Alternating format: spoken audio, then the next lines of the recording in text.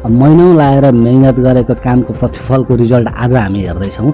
भेटामोट स्थित पाथिभरा सिने प्लाजामा चाहिँ नेपाली कथानक चलचित्र विक्रम देवा आज चल्दैछ। मान्छेहरूको उत्तिकै उल्लेखनीय उपस्थिति रहेको छ। क्राउड हेर्दाखेरि चाहिँ अलिकति कता कता फुल्ल भएर आयो, खुसी लाग्यो होइन। म आफै पनि क्यामेरा भिडियो खिच्दैछु। यतापट्टि हाम्रा कलाकार साथीहरू हुनुहुन्छ, फाइट डाइरेक्टर हुनुहुन्छ कुमार केसी, सन्तोष खवास हुनुहुन्छ, उहाँ साइडमा उहाँको सहकर्मी हुनुहुन्छ, प्रड्युसर पुरा टिकट हो कि के हो के गर्दै हुनुहुन्छ, पोस्टर अब या बाहिर के बस्नु जाउँ हेरिदिउँ भनेर आफैले काम गरेको, हामी सबैजना मिलेर काम गरेको, उत्तिकै मेहनतका साथ गरेको कामको आज रिजल्ट हामी पाउँदैछौँ होइन।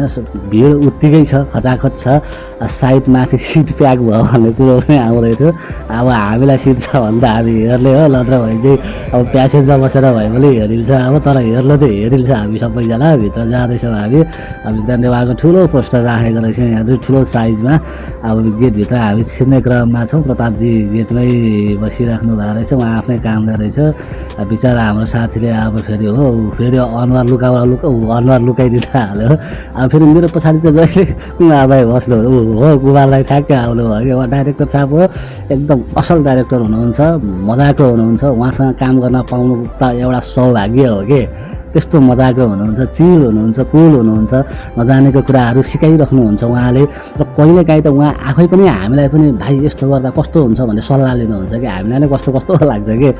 ठिकै छ, खैर मान्छेहरू सबैजना लगभग आउने क्रम जारी नै छ। कतिपय चाहिँ आइ पनि सके। अहिले चाहिँ एड हुँदैछ होइन, एडहरू दिइँदैछ, हेरिँदैछ। सबैजना कति दिनमा हामी यहाँनिर टिम परिवार आज हामी भेट हुँदैछौँ। यहाँनिर को कहाँ कहाँ छुटेका छन् होइन। अब एक झल्को तपाईँहरूले विक्रम देवाको हेरिदिनुहोस् न त।